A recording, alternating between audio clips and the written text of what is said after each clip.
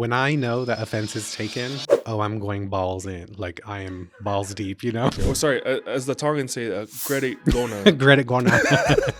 I was asked this question on a podcast that never came out. This is actually my first podcast that will probably be published if you post it. But these people are some sort of chief or chiefstesses, and we're just having to sit there and respect them like we knew who the hell they were. So I'm just like, who the hell is this guy, Michael Brown? Get the f- out of here.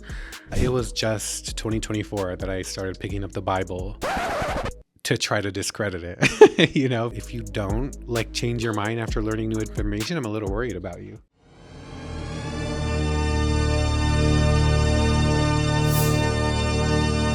You're listening to the Unfiltered Podcast.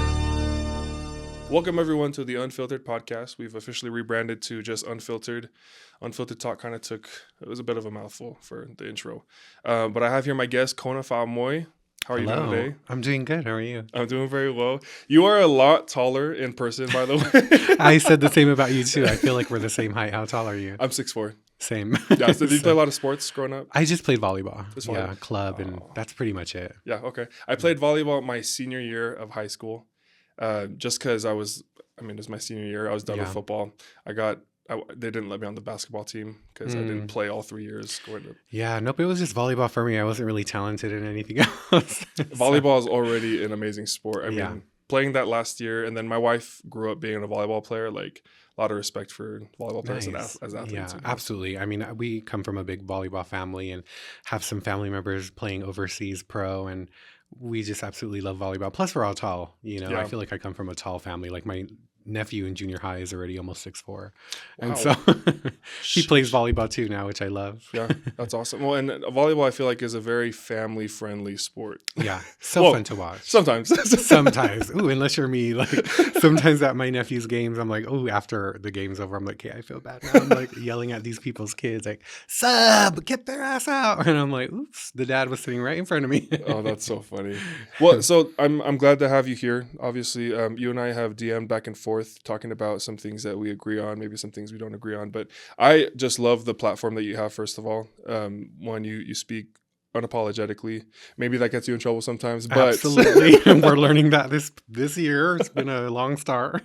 So tell me, what do you do for those who don't know in terms of like your business, like your day-to-day life? Like, what do you do business-wise? Yeah, so behind the scenes, I've been in the credit industry for 10 years, particularly consumer credit, but also capital strategies for businesses and helping them build business credit, get access to funding, and build their business credit reports. You know, there's so many millionaires that I come across, and they've never looked at their business credit reports in their life. They don't even know what their business credit score is. And so that's kind of where I come in, is like helping these businesses maximize their business credit reports to get access to capital to invest, to make more money. And so that's what I do behind the scenes. It's pretty boring. I'm kind of over it, but that's what I do. Obviously, like, is this like your main source of income? Like, this is how you make your money? For the past 10 years, it's been my only source of income. So what started this? How did you get into it? Like, for me, like, this is a completely different industry from anything I'm familiar with. So how did you get into it? Honestly, it was because I had to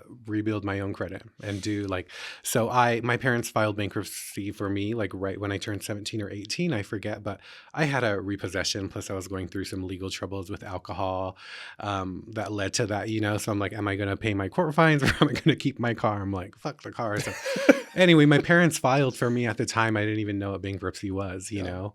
But I'm so grateful they did, because a couple years after I started to learn what bankruptcy was and the effects that it had on my credit as I was getting older. And so through that process, I started to fix my own. I removed my own bankruptcy from my credit report. I removed my own repossession. This was like in my early 20s.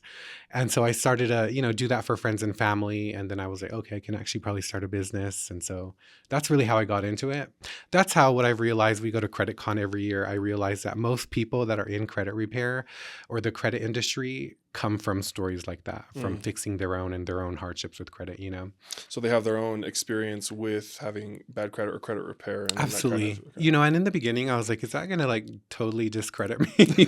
But I was like, you know what? Like, I've been there. I know how it is to now go through a bankruptcy and have that effect on your credit. And I now know how to fix that. It's, for me, what I've realized in credit is that credit is so stupid. Like it truly is. It's literally just a number. It's an algorithm. And if you can figure out how to adjust that to your favor, it's not permanent. That's what I'm trying to say. A lot of people hold these numbers so strong and they protect it. They don't want to touch it or use it. But I'm like, use that shit, abuse that number. Like it's meant to bounce back at any moment. So when you say like leveraging your credit, what are some good ways? So like for me, for instance, I'm a business owner. I have decent credit. I mean, I've built it over the past few years, but what are some ways that like families can leverage their credit to put them in a better financial situation?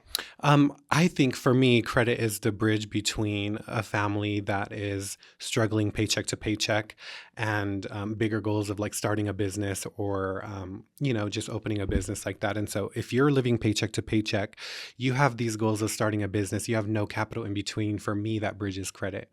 So for on the consumer side, small stuff like that. On the bigger like enterprise size, when I'm working with businesses, they're looking at acquiring more houses or acquiring more brick and mortar locations. And although they may have the money, why tie up your own money, if there's the option to get access to capital and use that money to turn it around, So I see. Yeah. yeah. So for like a typical consumer who has a lot of consumer debt, like let's say credit cards or they have maybe some student loans and stuff, right?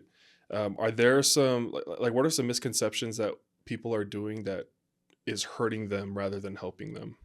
I think one of the main things for me when it comes to like credit cards is just making your minimum payment every month.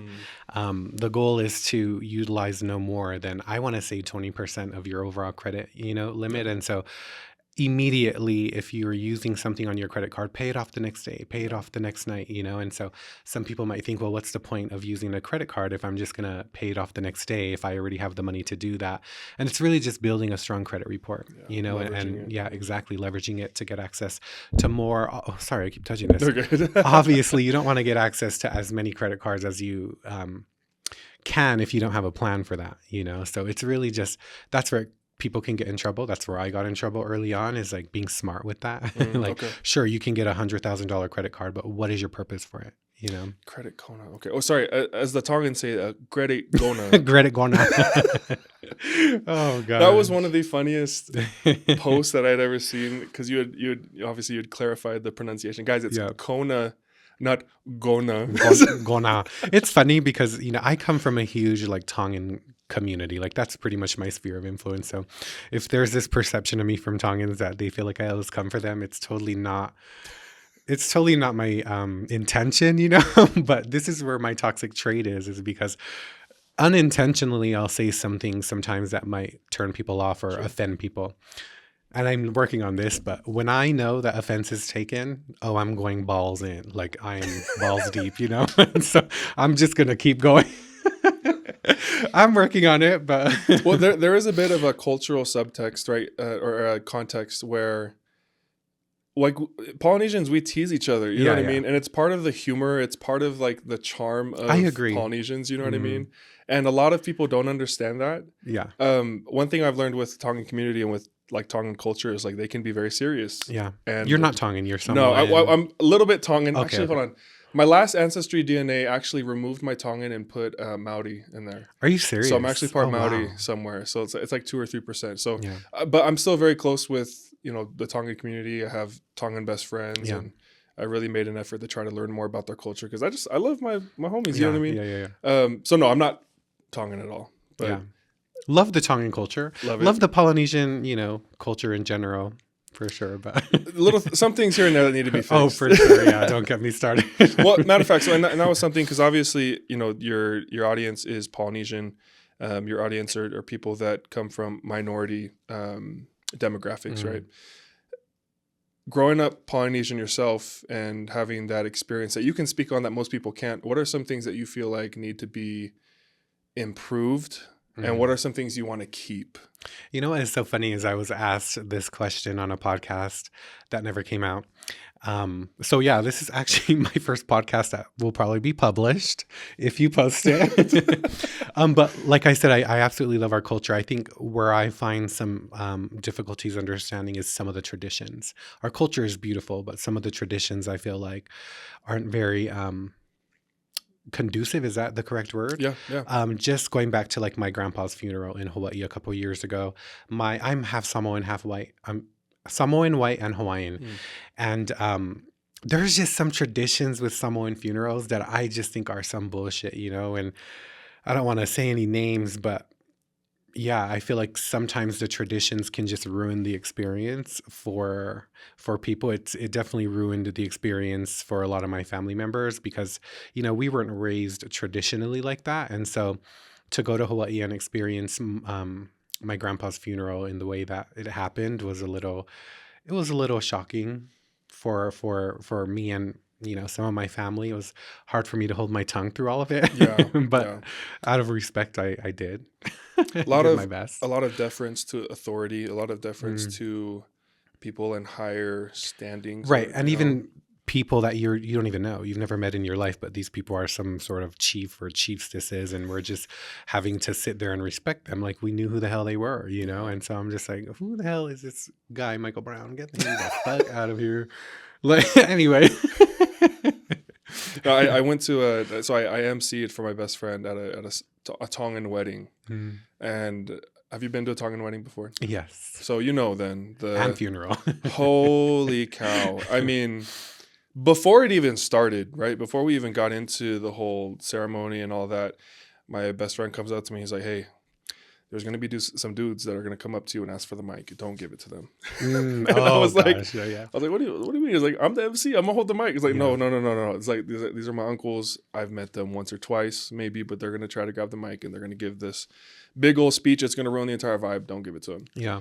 Lo and behold, 15 minutes in, Lama, give me the mic. Like, no, Uncle, go sit your ass Yeah. down. You're not gonna interrupt this wedding, man. There's just something there. I mean, look, I'm all about respect, and I'm sure, like, in the Polynesian culture, right, and for you especially, like, respecting others is absolutely important. It's part of our charm as Mhm. Polynesians. But when it's not reciprocated or when it's being taken advantage of, then that's where I have the issue of, okay, I don't need to give in to everything that you want. Yeah, Simply absolutely. out of respect. Would Yeah. you agree with that? Absolutely. I had a conversation recently about this. It's like our culture is so built on respect that maybe sometimes just in life, you know, for example, if our family wants us to do one thing, but we want to do one thing, out of respect, we're going to go with our family and what they want, you know? And so I feel like, yes, the respect thing is huge in the Polynesian culture, and I love that about us, but also don't let that hold you back from doing what you actually want to do, you know? Guys, there's more to life than just football Yeah. and what is it, yate construction. You know what I mean? Like, I think you know, building up a new generation that's more ambitious in their goals and like careers. You know, Mm. obviously, I mean, credit repair is not like a typical It's not. profession to get into, right? And I've never met another Polynesian that does it in the 10 years. And I go to credit conventions every year. It's all like Hispanics, blacks. Yeah. And then there's me. They probably think I'm both. I don't know. Depends literally what state I'm in. They either think I'm black, Puerto Rican, some sort of Hispanic. Yeah. It's funny because when I go to Georgia, they don't know what a Samoan is. They don't Yeah. know what a Polynesian is. You Yeah. know, I have family that live out there. And so we just have to explain, oh, do you know the movie Moana? We're from Hawaii, you know? And so it's funny. Okay, so let's talk a little bit more about your platform. So not only have you shared some financial tips and like I think your platform originally started with your business, right? It did, yeah. Credit Kona, right? Mhm. Credit Kona.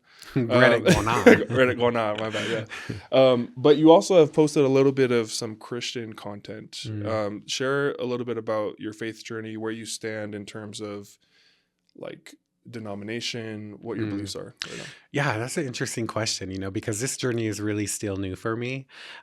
It was just 2024 that I started picking up the Bible to try to discredit it, you know, because one of my cousins that I'm super close with my whole life, she's like a sister to me, started reading the Bible, and she would start. And when she told me this, I was like, are you fucking going crazy? Like, what is going on? Because we were definitely like, we didn't believe in God, Yeah. you know? We did the crystals, we did the saging, the tarot cards that Hell she would yeah. read for me, all of that stuff. We were doing seances in the living room. Like, Yeah. that's how we were. And so, obviously, a shocker when she told me she was reading the Bible, you know? And so I was so angry that she picked up the Bible and that she was starting to talk to me about God. I was like, you know what? I need to pick this book up for myself and read it, because why is she acting like this, you know? Yeah. So initially I picked it up in 2024 because I was curious as to what was changing her mind about a lot of our views that we've had our whole lives. And then eventually I just started to have like my own experiences, you know. Took me a while to pray because I still felt weird praying. I probably didn't say my first prayer until about like 9 months in, you know, reading the Bible. But it was really just a progression for me of like picking up the Bible, trying to discredit it for months. And then I was like, oh, well, I kind of love this verse. And I started writing verses down. Still a progression till this day. So denomination wise, I don't really like associate with Identify any, with one. yeah, you know, that could change. I could be Mormon again or LDS again in a year. I could be Catholic, who knows, you Sure. know.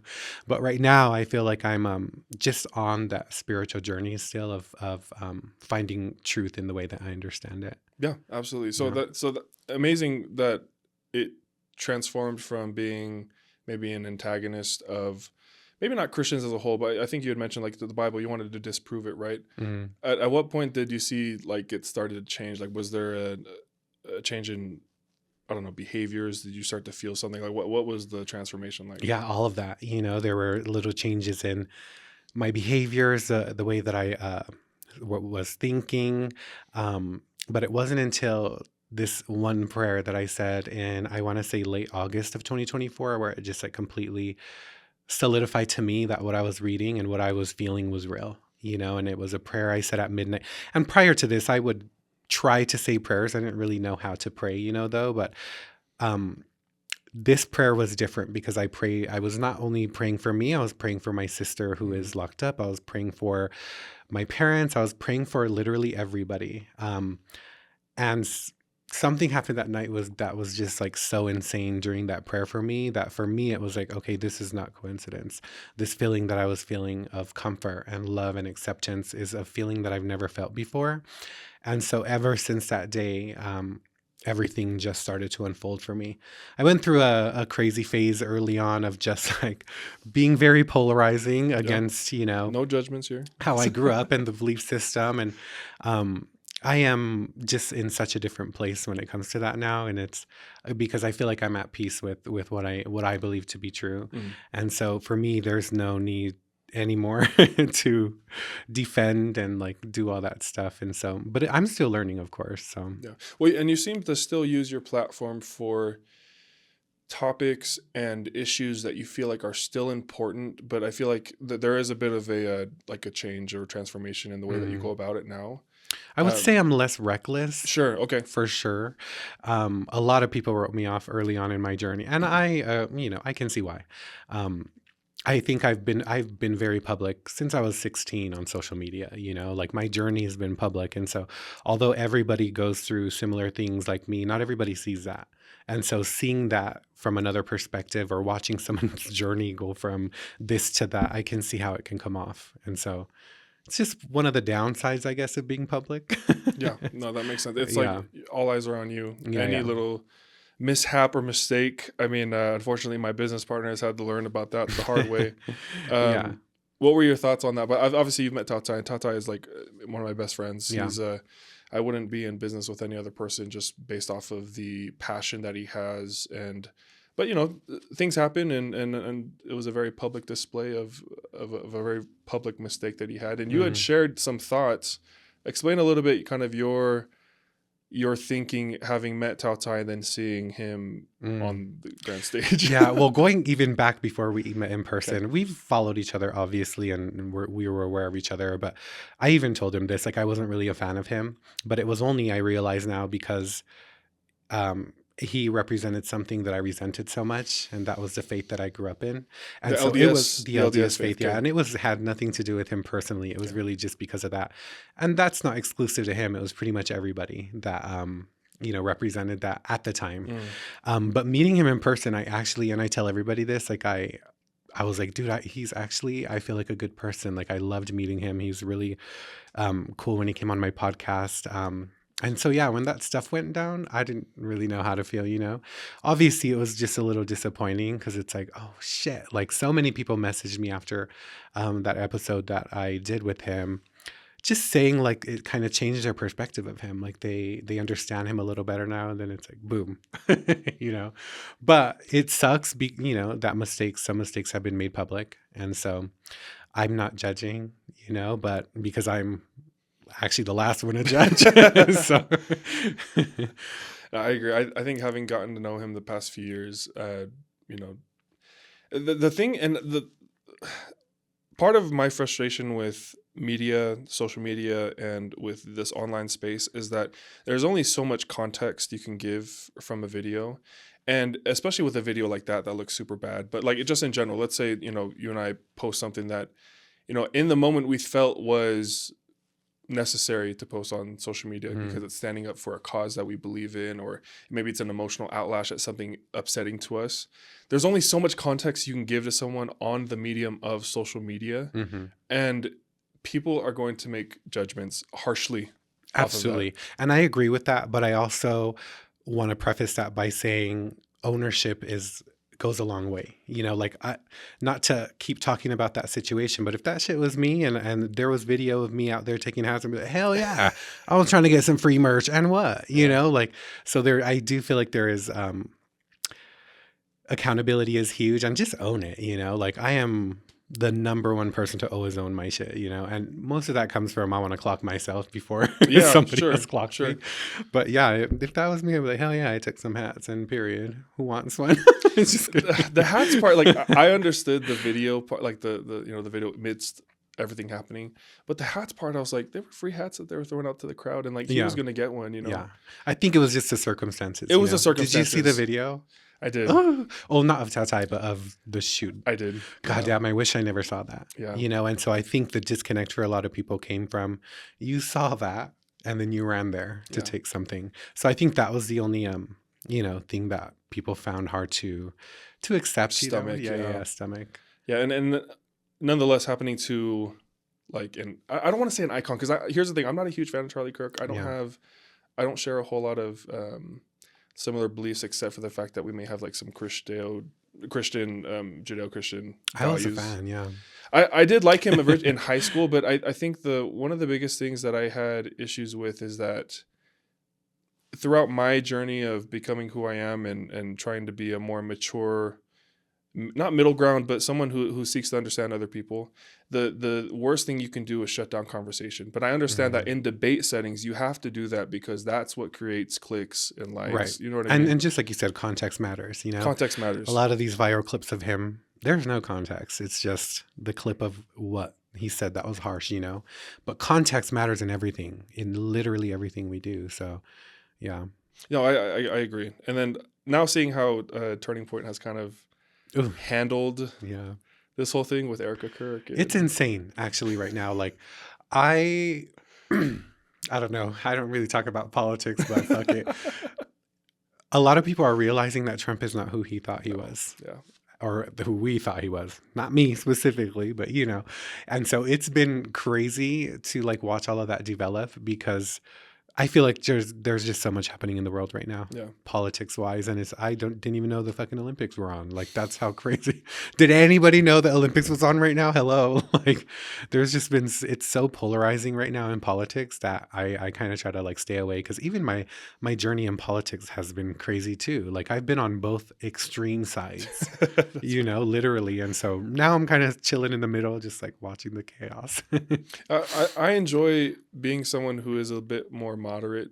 Obviously, I grew up in a heavily conservative household, and I'm sure you did too. Did you grow up conservative, like Republican? My parents didn't really take a political side. I don't even think I've ever known my parents to ever vote, you know? And so, but for me, I feel like my political beliefs came from my life at the time, my surroundings, my friends, my gay friends. I was like super liberal, you know? And so it wasn't until I moved to Vegas and started to just open my mind a little bit on the political spectrum to be like, oh, okay, well, maybe I am a little close-minded over here on the left. So what is my response to that? I go to the far fucking right. There's no in between with me. It's either like I'm doing one or the other, but slowly but surely I'm finding balance and coming back in the middle spiritually, politically. It's the journey, you know? Yeah. No, it is. And I enjoy it because I am able to not have allegiance to one side either. That's the biggest thing, is I feel like these right wingers or these left wingers, they're so diehard for their side that when they genuinely make a mistake or something that is like unforgivable, they double down Yeah. instead of accountability, right? Yes, exactly. And I think what makes the most successful people in life is their ability to change their mind. Like it's okay to change our mind. We are human. We learn new information, and if you don't like change your mind after learning new information, I'm a little worried about you. Yeah. No, You know? I do agree with that. Well, let's talk a little bit about your experience here in Utah, because obviously kind of, split politically and also maybe spiritually, maybe not so much spiritually because a bunch of LDS members out here. But how was your experience out here in Utah? How would you characterize it? What are some things you would like to share? I feel like my experience, like just growing up here, it was I wouldn't say typical of like, well, just adding the aspect of also me being gay, and growing up in the LDS church, and also just coming from a household where the norms were expected, Right. definitely in the beginning.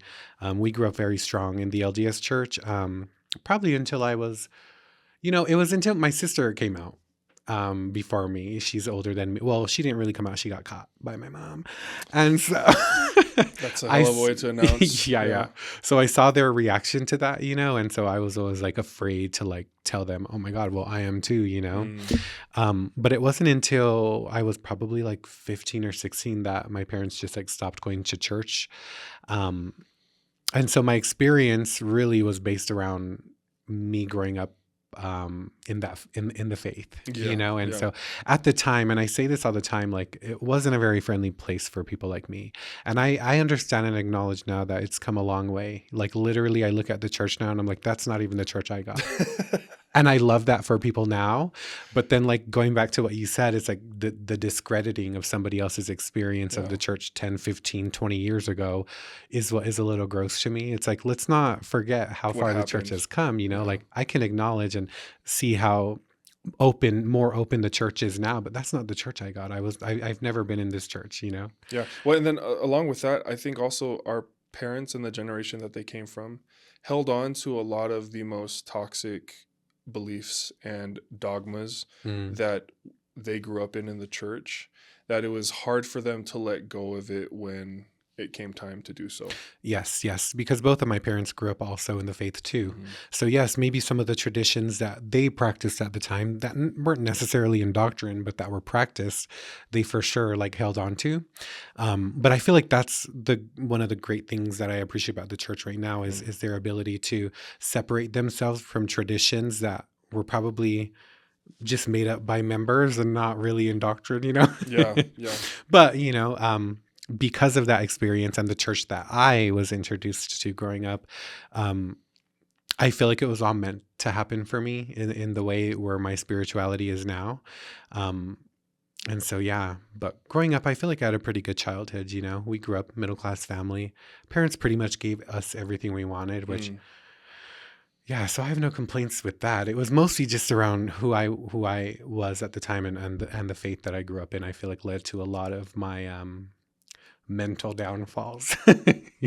No, that it makes sense. Like, and also, I mean, I have cousins and family who are part of the LGBT community. Is that a cool thing to say that they're part of the LGBT community or that they're LGBT? Like, what is the proper? You know what I mean? Because I feel like there's so much like political weight that comes shit behind is annoying, that. to be It really honest, is. because I don't associate with that term. Okay, I'm just a gay man, and so there is a huge subset of people, of gay men, that don't associate or even agree with everything that community is fighting for. And that doesn't mean we hate you guys. Let's relax on the offense. Sure. It just means that we have a completely different belief system. Like there's a lot of gay conservative men that disassociate from those terms.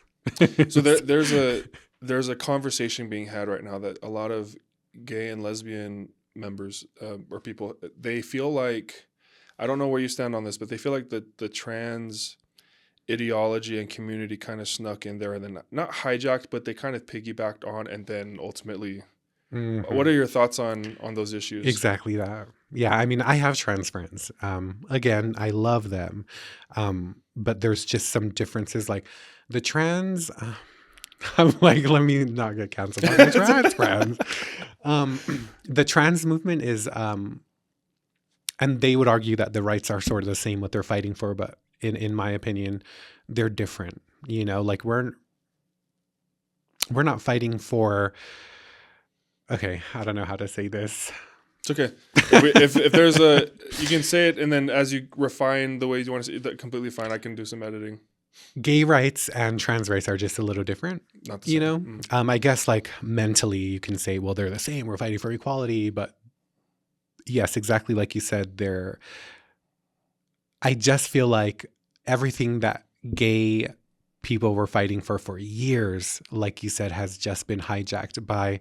And also, I'll preface this by saying a lot of my trans friends too agree with me, but I feel like where it gets tricky is because in the media, the trans community that they perpetrate and put out there is the most extreme. It's like the far left of the trans, Oh, you know. they're the loudest. As Absolutely, because most of my trans friends agree with me of saying they're not trying to be women, like they know they're trans, like they're not, you know what I mean? And so it gets tricky. It puts me in a weird spot because obviously I'm gay and I'm closely, you know, grouped in, but it also bugs the shit out of me because it's like people will see a trans person and then, oh, well, fuck gays. And I'm like, well, no, that's the trans community. Let's relax. We all get bunched in. We into all one get group, bunched in, yeah. and that shit irritates me because I'm like, damn, like it just kind of ruined the progress. I feel I'm like, we were doing so good. Like people were starting to come around to the idea of gay marriage and Yeah. just gay people in general. And then boom, they, thems. I'm a fucking laptop today. I'm a mic tomorrow. Like, you know, it just gets, it's too much. No, I completely agree with what you said. I think there's a, because the other thing too is like when you characterize the LGBT community as just one entity, you lose the diversity and diverse thoughts that exist in it. You know what Yeah. I mean? Like even in the Polynesian community, like we're not just a Polynesian people. We have individuals that make up the Polynesian Right. community, you know? In every group, you know, even In with every group. LDS people. And so it's like the most extreme doesn't represent maybe you or the others, right? And so I feel like we just need to remember that there's more to it than what we just see on the media. Yeah. Right now, the gay community is looks like the trans one, and so that's not a bad thing. But No, it makes sense. And yeah, so in your experiences, you know, you came out as gay to your parents. Was that positively received? How, since coming out, how's your experience been? Has it been something that's, oh, it's changed my life. You know, I came out. I wrote my parents a letter when I was a senior in high school oh, wow. because for me, like. I didn't do well at the time with confrontation, and I still don't in some instances. So I just wrote them a letter, and I just literally have this. It's funny that we're talking about this because everything you're asking, it's recent in my life. resurfaced, yeah. Yeah, it's resurfacing. I wrote my parents a letter, and I think back to that letter, and I was pretty much apologizing for the fact that they have a gay son. I was apologizing for my nieces and nephews that weren't even born yet, that they were going to have a gay uncle. Like I was apologizing for everything, and I look back now at that letter and I'm like, holy shit. Like the fact that I was even thinking like that, I was so ashamed of who I was. No fault of my own. It was just maybe culturally and religiously No. built, you know, my image of myself. And so I gave them that letter one day, went to school. And then the next morning, I just woke up to a lot of texts in class, or I was in class and got a lot of texts from my family saying they still love me, blah, blah, blah. But obviously the words are probably faster than the actions, you know, because it's an adjustment, no fault of my parents or family, but having a gay son was new to them. They did the best that they could, you know. Yeah. They still had a lot of the beliefs in the faith that we, you know, grew up in and were taught. And so for them, it was also a journey, not just for me. And so I would say my mom now, she's all about gay pride. I feel like she's about to find her a wife, and I don't know, like, more than I am, you know. No, she's totally not, but she's so like accepting my parents now, and so it's totally different than when I first came out, which I'm actually grateful because even though mentally it wasn't an easy time, I know so many friends and people that came out and had to move out of their homes and, you know, get kicked out. And so I'm grateful that my parents still showed up, even though it was hard for them to understand or even accept at the time. I feel like there's because my uncle came out as gay, I think in college, and you know I have some other family members who are also gay or lesbian, and I don't know, was it one of those things where like some of the family members were like, Not surprised. Absolutely. And this conversation again just was very recent, but I held a lot of resentment towards my mom because one of her first responses after, the dust settled was, I always knew. And at the time Wow. I was like, are you fucking kidding me? You always knew. And this is how I was thinking. I don't have any resentment towards my mom anymore. I've completely let it go. But at Yeah. the time I was like, you just watched me at rock bottom, like slitting my wrist, being suicidal, self-medicating, and you didn't think to, hey, I know what you're struggling with and it's okay. No fault of her own. Like that's probably a hard conversation for a parent to approach, Yeah. and so I don't fault her for that. I did have a lot of anger towards that, but not anymore. And so, like I said, I feel like my mom did the best that she could. But when I see, um, now in my life, parents ignoring the fact that their children are struggling for a specific reason and they don't want to address it because they're uncomfortable, I feel like that's a little selfish. Yeah, so I don't know if you've seen some recent clips that I've had, but I studied family studies in school, Oh, nice. and I grew up in a divorced household. I don't talk to my mom anymore. Like I Mm, just completely cut off that relationship, and yeah, so the the things that I've learned in school and also from my personal experiences, I have a really soft spot for kids in general, but also just families that are trying to make it through. They're trying to right. build healthy relationship dynamics, like healthy systems and processes, so that they can work through Yeah, these tough things. And I think with with kids who come out as gay, and like you see in Utah, because I think Utah right now has one of the highest suicide rates for both trans kids and I think also members of the LGBT, right? mm. So what are, in your experiences, what do you feel like you needed early on that would have promoted an environment where you would have felt like, okay, it's okay to be who I am? I might get a little emotional, That's okay. Go ahead. um, but just like an open hand, Mm, because I was also bullied in junior high. Um, and this was before I even came out or accepted the fact that I was gay. It was something that I was struggling in junior high with, and then to be bullied about it before you even accepted it for yourself. And then you add on the layer that, well, my family is super strong in this faith and they don't agree with it as well. I didn't talk to anybody. I didn't feel like I had somebody to talk to. I wasn't going to go tell my mom I was getting bullied because then they're going to ask why. And I'm like, well, I'm gay. And so I didn't want to expose myself like that. And so what I needed probably was just conversation. I feel like conversation is so important. If you see something that's happening with your kids, just talk to them about it. I see a lot of parents even still just ignoring who their kids are. And I'm like, just the sooner you can acknowledge who your kids are, mm.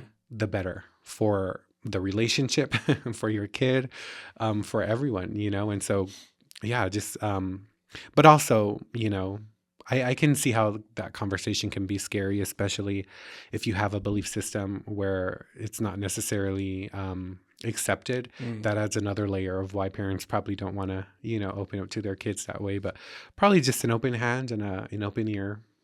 Mm. That makes it having a safe. I mean, I personally don't like the word safe space, Yeah, it's but very liberal. it's very liberal. It's a very Just liberal word, kidding. but it's a loaded word. But having oh gosh, having a hand to hold throughout that Mm. process, Yeah, and I think I can share a little bit of like sentiment with that in terms of for kids who are going through anything traumatic in their family, family drama, divorce, coming to terms with who they are, right. not having someone to lean on to Mm. walk them through that. You know what I mean? Absolutely. That was, I feel like, detrimental for me and probably a cause of a lot of my early like mental breakdowns and stuff. But I am thankful for those looking back because that's exactly the reason I am the way I am Mm. today. Like and yes, I'm learning to hone in on it. It's a little extreme, but Sure. it's the reason I'm so like outspoken and I'll stand up for myself and I'll speak up now, because I know I remember what it feels like to be that 13-year-old Kona who didn't feel like he had a voice or he could speak up for himself. And so now I make sure to always do that. Sometimes it gets me in trouble, but I do. And so I'm sorry you don't talk to your mom anymore. It's okay. That's, you know, mu- relationships are important, but also you have your own experiences too with your mom, so nobody can say like, but that's your mom, you know. And again, it goes back to the culture of people in authority, people Mm, who, and especially for parents, like parents are like, you should never have to cut off your parent or your mom or your yeah, dad. that's how Um, you know it was probably really bad, because to get to that point, to get to that is point, exactly right. And there's a lot of, the biggest, long story short, is that anyone who threatens my family, my wife, my kid, or mm. who threatens them, their peace, or You have their, kids? I have a Oh, son. Yeah, I'm I have a son. He's 1 year old. He's one year oh, old. He's a little ray of sunshine. I love that kid.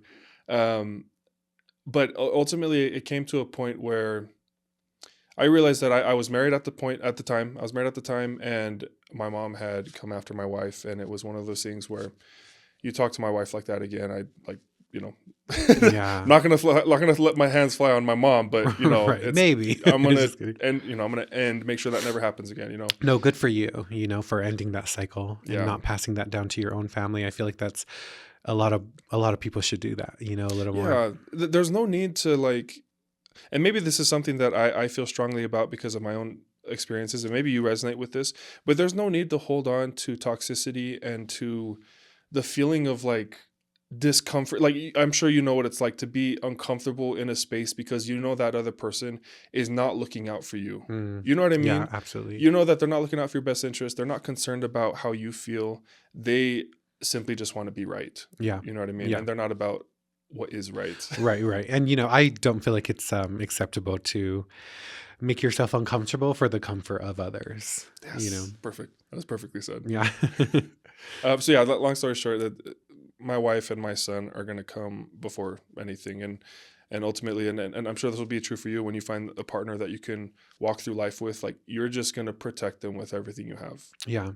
The way that I stand up and try to protect my parents, I feel like I hope to have that with my friends, and if I ever find somebody, it's looking like slim pickings right now, but but yeah, no, I agree with you totally. Yeah. Well, let's move on to the next. So we've kind of covered a lot of your background, your reason for your platform, you coming into your identity, who you are, right? So now let's talk about you currently, your platform. What are issues that are important to you right now that you want to leverage your platform towards? Um, I wouldn't say there's any like specific issue that. Oh yes, how am I? I Sorry. was waiting for it. One thing that will always get me riled up is anything that has to do with like money being unethically transactioned, scams. And so I feel like, especially right now in the Polynesian community, money, I feel like, is just a big thing, at least for me, to highlight when something is a little sketchy, Yeah. But what I've realized, this is what I've realized about this whole thing, BG Wealth, is that most people already know. They already know that it's a little sketchy. It's not going to last long. It's a Ponzi scheme, but they don't care.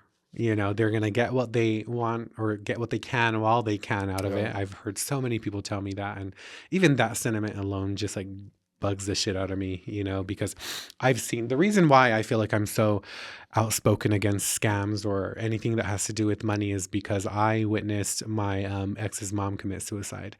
She was caught up in a scam, and for 3 years gave all her money to this thing, only to realize that 3 years later she sold everything. She sold her house, she sold her furniture, everything, giving it to this thing, right?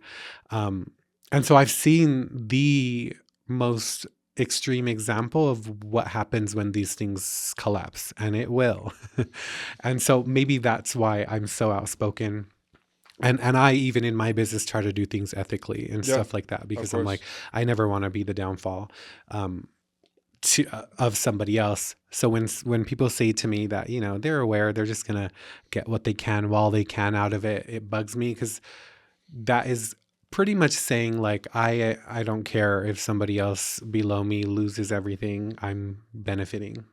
And so it's a little gross. I had a conversation with some friends and family who are involved, and the ultimate conclusion that they came to was that it works for me, Mm, is what they said and what they yeah. told me, and that I have not seen, I've not lost any money in it. And I just kept like Yet. wanting to tell, yeah, well, I kept wanting to tell him like, you have no idea where the money's coming from. You just know that you can make transactions. And I've seen people make money, by the way. Like Yeah. like you said, it's not like there's no money in it. Oh yeah, there's money in it for There's sure. money That's in why it. people are doing it. Yeah. Exactly. And it's like, you just don't care where the money comes from. Yeah. You don't care that it could be coming from Somebody who sold everything. sold everything. That will never recuperate that.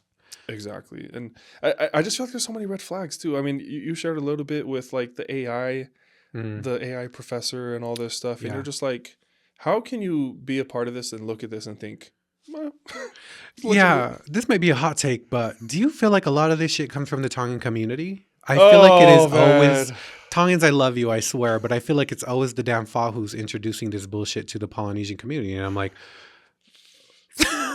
you're not wrong. oh gosh, here we come. all the gonas are gonna come and attack you. No, Yeah. But again, it relates to the closeness in the community and the level of trust that we have for no other reason than just, oh, they're my family, Yeah, or oh, they're in a position of authority. They're a higher up. They're an elder, so I Yeah. have to listen to what they're in they the say. same church, you know. Oh my gosh! By the way, this is a little on topic, but a little bit off topic. My dad shared with me back in the day. There used to be people who would go and recruit in temple sessions. BG? No, well, not BG. Oh. Just and there were some other scams. You know, Okay, there yeah, was like yeah. investment scams, Mm. quick money type Yeah. scams. You know, and they would go and they would recruit people in temple sessions. So afterwards, you know, for those of you who are not LDS, you know, when you finish performing the ceremony, you go into the celestial room, and in the celestial room is supposed to be like, you know, you're supposed to be the closest you could ever be to heaven, right? You had people walking around, hey brother, I received a prompting that I should come over to you and Yeah. tell you about this investment opportunity. It's going to change your family's lives. Well, for me, that's the clearest example of Satan is in that temple.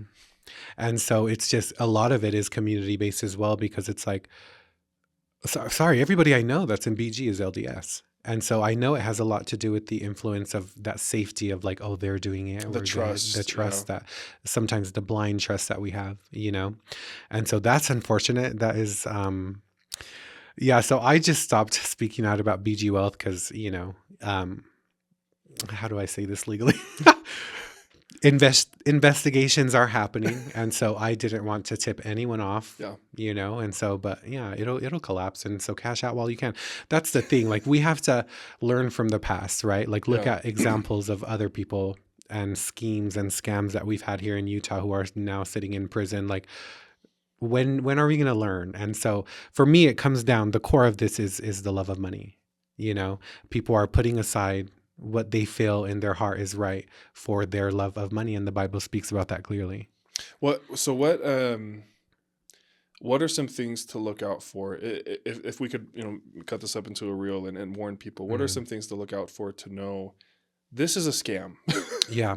Ponzi schemes in particular are huge in Utah, I feel. And pretty much when there is such a emphasis on recruitment, because that's where the money comes to feed these beasts, is the recruitment fees, right? And so when there is such an emphasis on recruiting people, incentives, that's where the money is coming from. There is no investment platform. There is no product. Your money is not being put into the market. Your money is coming from the people who sign up under you.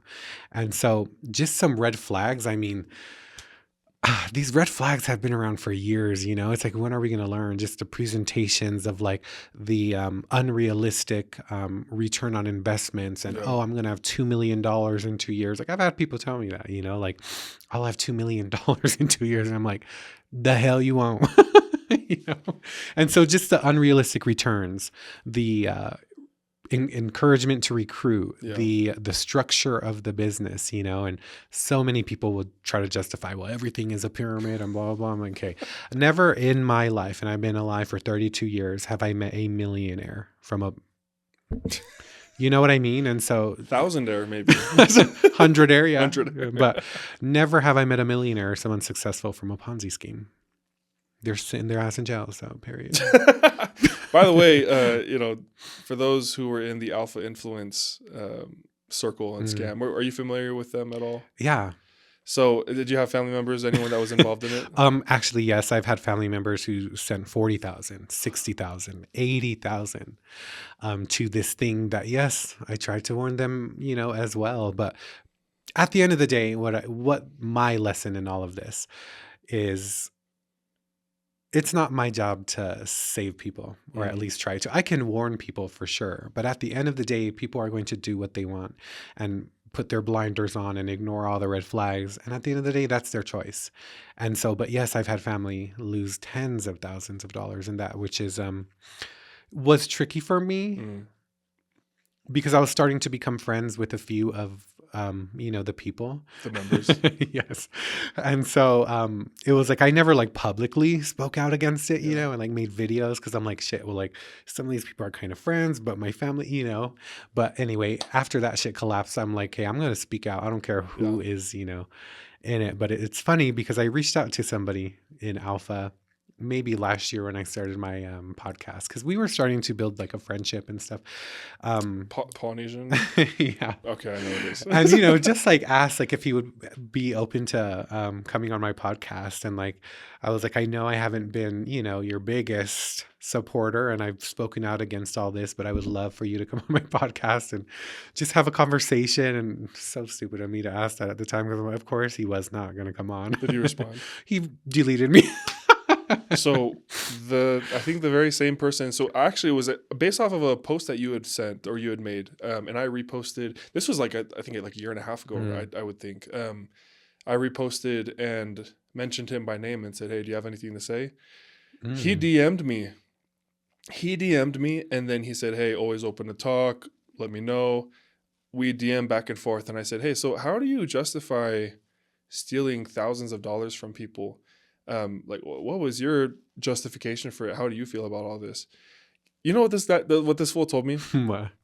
He DMs me and says, "Well, when you buy something from Walmart and it's poisonous and ends up hurting you, do you get mad at Walmart or do you get mad at the cashier?" That's crazy. I shot back and I said, "Well, it depends. Does the cashier know that what he's selling is poisonous and is going to hurt his investors or the people buying it?" "Oh, good point. Well, that's a bad example." I'm like, wow. Yeah, he and I just went back and forth, but his whole mindset was built around trying to defend his actions. The fact that he had caused hundreds of, I think it was like 530 people, 530 investors. Yeah. It was a $20 million thing. $20 million. And this individual made like $2.5 million in commissions. I think it was 5. Was it 5 million in like 6 months, right? It was like a very short. These people don't care about you. They care about their bottom line. They care about the money that they make. They do not have any awareness to the fact that you're putting yourself at risk and your finances at risk, right? And that's my message to people, is like, they don't care about you. Yeah, and no one in particular, but I feel like that type of person, no one in particular, but is literally the bottom of the barrel scum of the earth, in my opinion, to do that. Anything having to do with money, And that's where I draw the line for sure. I agree. And now he's like, apparently he's in a community in.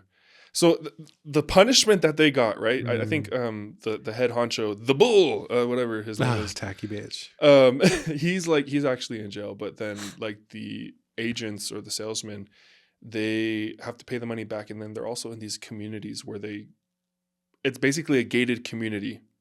Like a prison community? Like a prison community, but like a suburb type. Yeah. Like, there's a grocery store in the middle of the community. There's like... That's financial crimes for you. They don't look at financial crimes as like, let's lock them up in a jail cell. So yeah, they're treated more leniently for sure. But what I will say with all of this as well, like even when I do speak out about scams, BG Wealth, is that there is a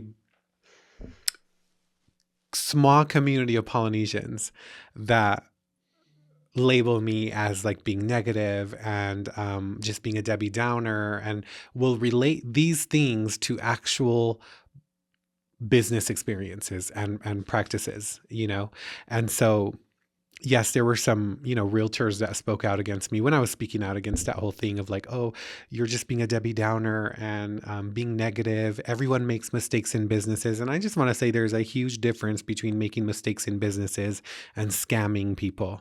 And so growth to me, it's a common thread. It's a common theme of people who speak out against me, and it's usually realtors in Utah County. And so, hello. You're bad for business, apparently. No, yeah, I'm like, girl, don't be relating your bad business experience to scams. Like, that's crazy. But anyway, so yeah, all of that to say, I'm pretty much done warning people in our community because, at the end of the day, behind the scenes for me, it's like messy. And so I'm like, yes, I will always help people and try to speak out for what I know is right. But at the end of the day, I have to move on with my life and I have to keep living my life, Yeah. And eventually it's not our job here on this earth to, justice, right, is not in our hands. Like eventually they'll get their day. We all will, whether that's legally or spiritually, or everyone will have their time. And so it's not my job to lay the hammer down on them. Speaking of justice coming to individuals who are shady, scum of the earth, etc. I recently shared a post about a group of men, middle-aged men, closeted gay men, who have been recently sexually assaulting other men or predating, preying on them. I don't know if you have any experiences or if you have any insights to share in regards to this phenomenon that is happening and affecting like young men, you know what I mean? Like young men who are trying to navigate their sexuality, their identity. They're being preyed on by these gym influencers or LDS influencers, Wow. LDS influencers. What are some thoughts you have with all that? I think it's sad for sure.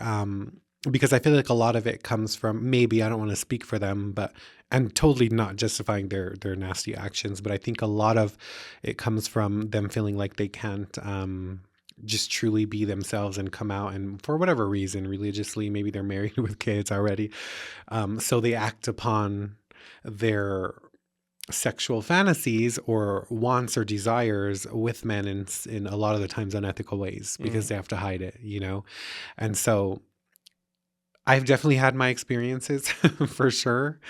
Married men with kids that most of the time, it's just, how do I say this?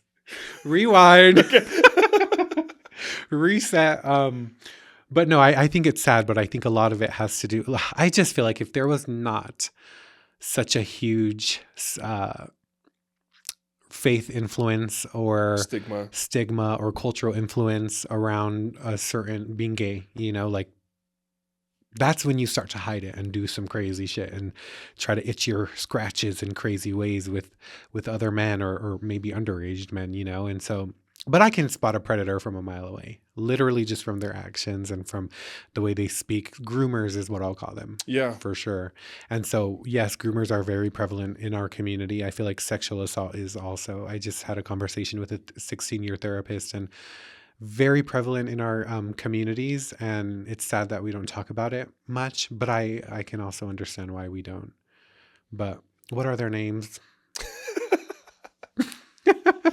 Oh man, the particular person that I've been referencing. Actually, there's 2 or 3 individuals that I'm aware of that have had at least allegations made. There is an open case against 2 of them. One of them I am familiar with, and I have interacted and have. I don't want to say collaborated with, but we did a podcast one time. Maybe now that gives away exactly who it is, but. And he's what color? I'm just kidding. I'm trying to avoid as much legal issues as possible because this guy has been known to scorched earth, burn everything down in order to defame, discredit whoever brings allegations against him. So damn, I'm curious now. Yeah, I'll tell you off the air. Okay. I'll tell you off the air. But this person has been known to, when he does business with people, he is a strong arm. He's the type that will tell you, give me what I want now or I'm going to sue you. He is the type that has leveraged friendships, leveraged relationships, his status as a mentor to others to try and exploit people sexually. Very, very weird. Just a complete weirdo. And I feel strongly about this because it's affected people that I've known, I've seen like and speaking to the victims, because these victims, these are people who are trying to find out what they want out of life, and when they find someone who is claiming to be that hand to hold, right, that shoulder to lean on, and that ends up being a predator. You know what I mean? Mhm. Like, imagine all trust in humanity goes out the door because you Yeah. thought for one second that this person was going to help me achieve my goals, was going to help me discover my identity, and then you leveraged that for your own selfish actions. You know what I mean? Yeah. Does that make It sense? does, and it gets tricky too because there's a relational aspect of it as well. Like, yes, this guy was a predator and he took advantage of me, but also, I do see his hand in helping me in life, and so it gets tricky for people. And so for people to finally speak out against that is huge, Yeah, and that wasn't an overnight decision for people to speak out. exactly. And so I always just say trust the victims for sure, because who's just going to frivolously throw out an accusation like that for the benefit of who's that going to help. And so yeah, that's interesting, and I need to learn some developments of this. And Well, and again, the reason why I feel so strongly about it too is because I believe that agency, right, the ability to choose is a God-given gift. Mm, The fact that we have the ability to choose who we want to be, the career paths we want to pursue, or the people that we want to marry or spend our lives with, that is such an important aspect of our human existence. yeah, And again, it's a God-given gift. And then to violate that by taking away a person's agency in order to fulfill your own, you know what I mean? yeah, But again, there's probably some cultural sub context behind it in being in Utah, and being there being a stigma behind coming out and being yeah. gay openly. Just be gay, people. Who cares? Just kidding. I mean, from your experience, I mean, you're a long list of people that have confirmed to me what I feel like I've always thought was that when you come out and you're able to come to terms with your identity and the people and the person that you are, it opens up the world to you. You know what I mean? Absolutely. Like, would you Oh start? yeah. Would you? Absolutely. I mean, it's changed my life, but I will say on a spiritual level, it is something that I still not struggle with, but it's something that's prevalent because obviously I'm gay and I'm open. I'm proud of that.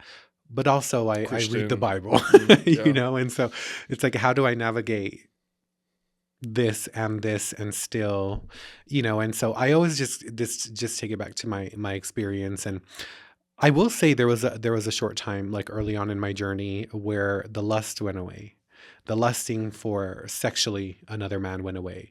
Now that doesn't automatically mean I'm attracted to vagina and like I'm straight now. That's not how that works. But essentially what it is for me at the core is it's a sexual sin, right? And so for me, I'm not really an active sexual person to begin with, but it was trippy to me because I was like, dude, like, what is happening? That lust for another man went away. Mm. And I was no longer looking at men in the same way. Yeah. Yeah. Still a gay bitch. Don't.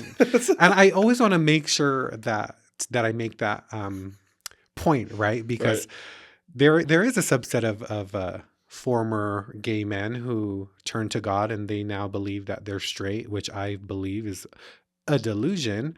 But like, who am I to say that? Because that very well could be their experience. I have never had that experience. I'm Yeah. not saying I never will, but for me, when I had my first encounter with God in August of 2024, it was the first time in my life that I felt just accepted and loved. I didn't feel like I needed to change. I felt like he just knew exactly who I was. And so ever since then, for me, it's more of a feeling. Like if you want to separate the men sleeping with men thing, right?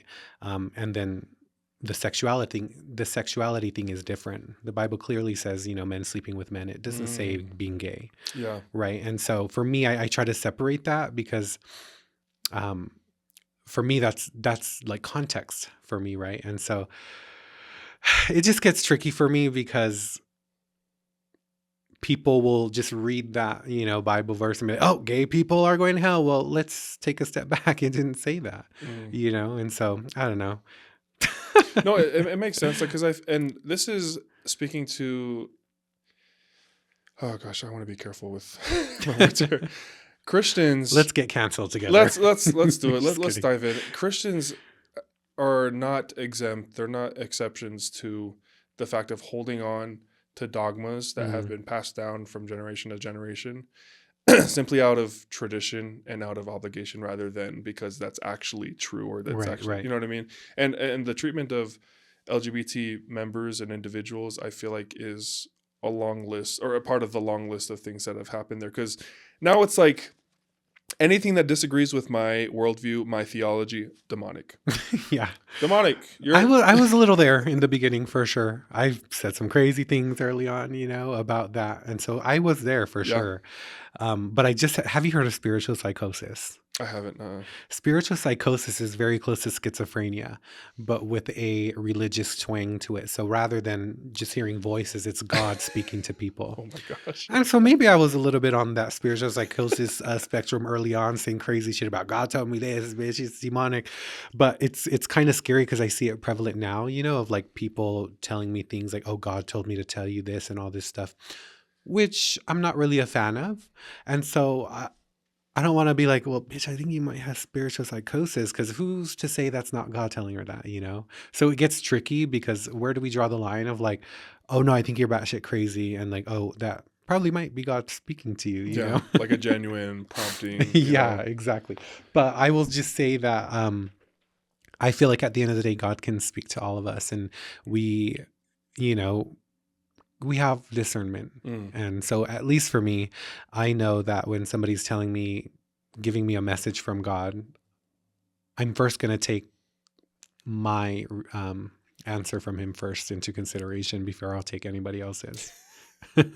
That's so funny you bring that up. When, my mom was someone who could receive revelation for me, Yeah. apparently, right? Apparently. I served a mission, and I spent 2 years building a really close relationship with my mission president. And in my exit interview with him, he was asking me, so what are your thoughts, like dating? What are you looking for? And I shared it with him, and he was like, okay, so you meet a young woman that you feel like you could share a life with. What's your criteria? And I was like, oh, well, I mean, I'm going to take my time, I'm going to, be dating for a few years at least before I find that person. And he was like, Alema, or Elder Pilimai, when you find the right person, do not waste time. And maybe that falls into the crazy Utah thing. But for me personally, I was like, yeah, why would if I find the right person, why would I waste time? My mom, on the other hand, was receiving revelation at the exact same time, thinking, oh, he needs to date everyone. He needs to go out, and I'm going to set him up on dates with hundreds of girls. And then from there, he'll be able to choose his wife. Okay, Epstein. Oh my I'm gosh. just kidding. But it was one of those things where my mom felt strongly that she had received revelation for me. I had just had a tearful conversation with my mission president, with my mission president, just sharing with him like the desires of my heart. And he told me, when you find the right person, don't waste time. My wife and I got married like literally 11 months after I got home. Yeah. You know what I mean? My mom was not a fan of that. But so was that conflict for you of like Yes. listening to your mom and your stake president? Absolutely. And so how did you draw the discernment to which one was true? Just like what you said, I listened to what God told me. Mm. You know what I mean? I didn't listen to what God told my mom. I listened to what he told me. Every decision, and this is, I'm not saying that I've made every good decision possible, but every decision that I've taken accountability for, that I felt like, no, that's mine, has ended up being one of the biggest blessings in my life. Absolutely. And that's how we know, and I guess another way to draw discernment is just looking at the outcome of what these people are saying, if is that for good, or is that gonna, lead you to more confusion dating 100 girls, right? And so I love that you had that discernment of knowing. And I feel like a lot of more people should tap into trust yourself a little more. Yes. Yes. And it's good to have elders and people that you seek, mentors, sure, from spiritually, but also just trust yourself a little more. Yeah, because and it's important to have leaders. Not leaders. And it's important to surround yourself with good. They're in the right mind. Yes. Surrounding those people, because they'll share things, and then those things, if it makes sense, then you know what I mean. That's revelation. That's probably it is, and that's where I draw the line too. If I will never receive revelation from God for somebody else, I don't feel like that's in my place to do so. I'm like, everybody just has their own thing going, and who am I to say like, your podcast isn't supposed to be here, God told me. That's a little spiritual psychosis. I think that's where we draw the line too. Yeah, no, I agree. I like the terms spiritual psychosis. Now that have a name for it, I can start to. Yeah. Plus, I'm not someone that like judges harshly. You know, I try to be very reasonable in the decisions and conclusions that I come to. A lot of times I'll just come to the conclusion, well, that person just has a different experience than me, or I just don't know. You know? Well, on this extreme end of spiritual psychosis, because I would say that's probably, you know, more of the, you know, more common spiritual psychosis. But on the extreme end, it's like people, you know, we hear people saying that God told them to mass murder all these people. And that is the extreme end of spiritual psychosis, you know? And so it's like, again, we just draw the discernment, like, God probably didn't tell you to do that, you know? But it gets tricky because it's like, who are you actually speaking to? Because as we know, Satan can take on the form of anyone and anything he wants. And so that's where our discernment comes into play. Yeah, I agree with everything you just said there. Well, getting into the last part of our segment here, I did want to ask you, so you have a huge array of experiences growing up, coming into your identity, politically developing your ideas and your belief systems. What is a word of advice that you would give to someone who's trying to figure things out? What are some things that you've picked up that you would share to another person to help them develop their identity, form their views? I would just say, you know, just accept the journey. Like whether you understand something or not, it's just part of the process. It really is. Like if I could go back and tell myself, my younger self, something else, I would literally just tell myself that it's okay. Like what you're going through, there's a reason. And I don't feel like now that I feel like I have the presence of God in my life, I don't feel like any of that was coincidence. I don't feel like any of my downfalls, any of the times I went to jail was coincidence, you know, like it is all going to lead up for a bigger picture. And right now, this image that I have is probably my favorite version of myself so far, you know, but just go with the flow and just understand that there's always new information to learn and eventually you'll learn it, and just love yourself and go with the journey. I love it. I love that advice there. Well, Kona, thank you so much for hopping on the podcast. We kept it pretty prompt. Thanks for having me. I love that. I've said on a podcast before that was like 2 hours. I'm like, are you bitches done with me yet? What I like, for me, I have an idea of what I want to talk about beforehand, you know, and obviously we can do what's the thing that President Trump says, the weave, you know, we can do the weave where we cover all these different topics and then get back to the core thing. But I think I've covered a lot of what I feel like will be beneficial, and people that will look back on this content, they'll look at you and they'll say, this person is going to help me with my journey. You know, they're going to help me with the individual issues and hardships that I'm going through. And I think that's ultimately what my platform is for, is to help people through hardships. Obviously I have some content that's just entertaining, you know, I'm picking my own brain, but I think that you have a plethora of experiences and insights that need to be heard and shared so that people can work through. Everyone's going through shit, you know what I mean? So absolutely, and I appreciate you for having me. It's of course nice to finally meet you in person. Nice to meet you in person. Yeah. But keep doing what you're doing, you know, because even though we probably have different conversations on our platforms, the conversation is important because we're all going to have our own audience and we're all going to have people that are drawn to us specifically.